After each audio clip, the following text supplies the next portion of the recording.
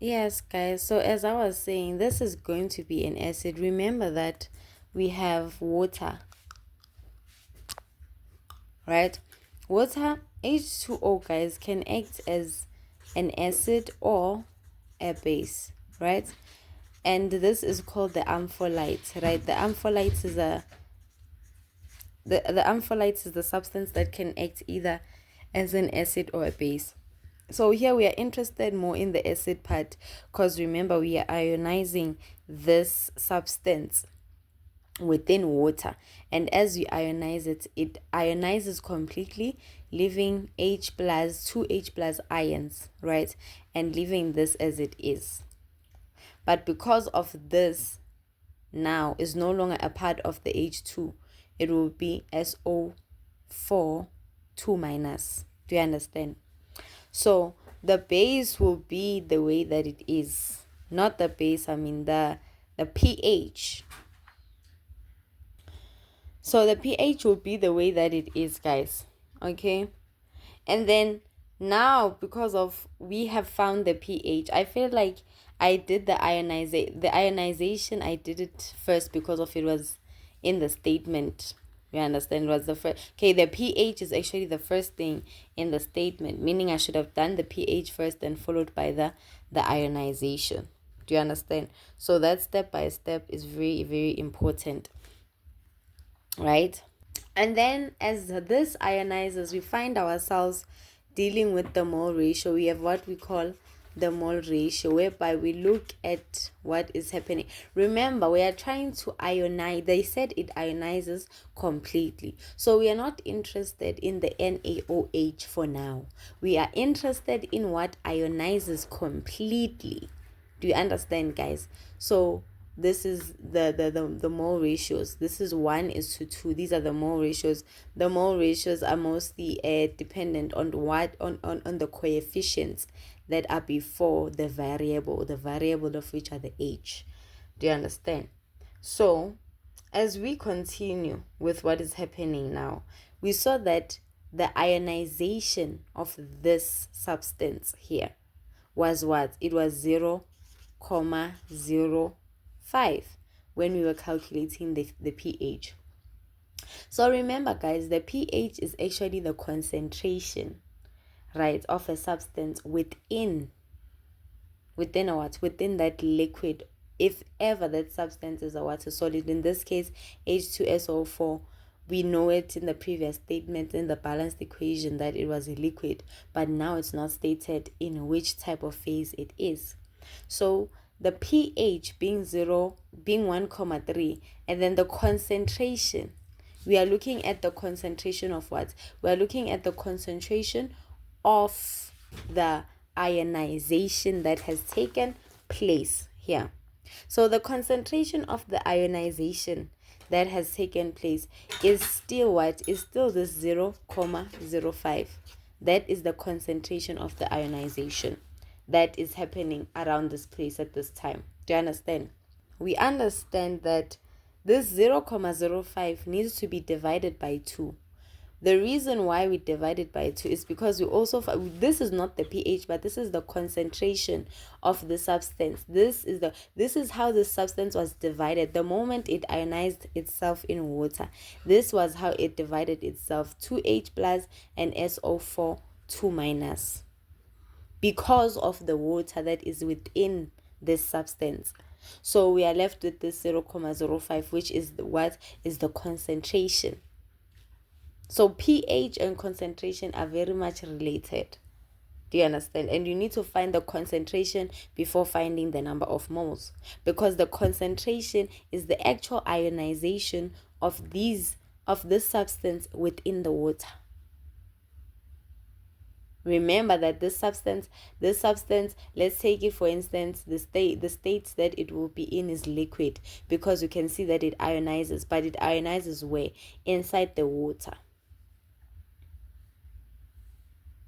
So what we do now, because of these two divide themselves, we are going to say 0,05 divided by 2. This was one whole thing, but then it divided itself into 2. So we're going to say divided by 2. And then if we divide by 2, we're going to get a what? We're going to get a 0,025 concentration. So we are dividing by 2 because of this substance basically separates itself. It separates itself and it becomes 2 parts. There are 2 components to this because it ionizes. The pH we've been given, but the concentration of this substance, the concentration due to the pH, the pH measuring the acidity of the substance when it is dissolved in water. So we have this. And as soon as we have this, we can now calculate the what? We can calculate the number of moles from this formula, C equals to N over V. The number of moles will just be C times V cross multiplying.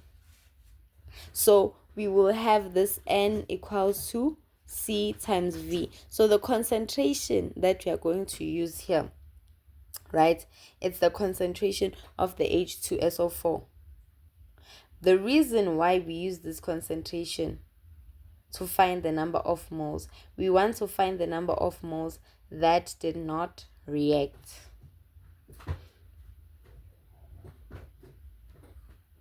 Remember that this is the concentration. The 0,025 is the concentration. So since this thing concentrated in water, we want to find out how many of them did not react, since it is 1:2. If it was 2:2, all of them reacted, but 1:2, it definitely shows that there are others that did not react. There were others that were not part of whatever this is on the right hand side. Right? So we are going to say this concentration will be 0,025 multiplied by 0,5. And we are going to get what? We are going to get 0,0125 what? Moles. Moles of what? Moles of H2SO4 that did not react. We just call them in excess. We just say they're in excess because they did not react. They did not react because they did not ionize. Ionization starts on the right hand side. So this is the reactant, but these are the products of the reactant.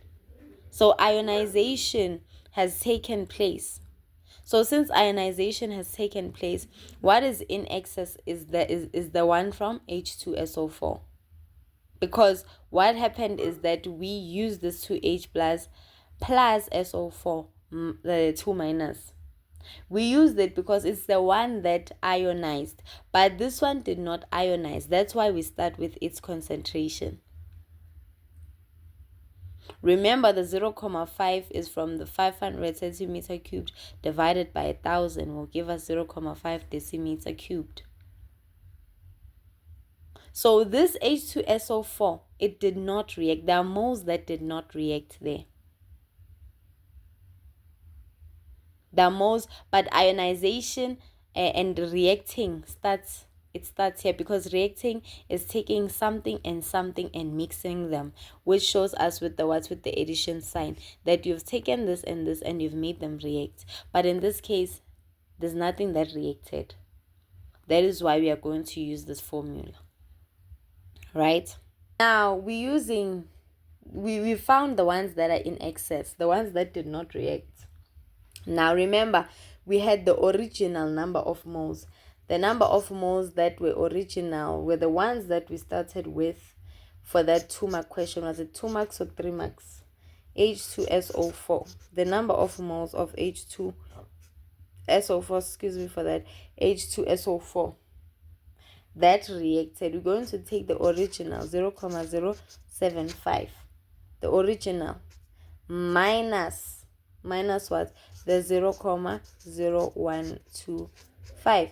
So we're going to take these and subtract them, meaning number of moles of what? So don't mind this. This and this are two separate entities.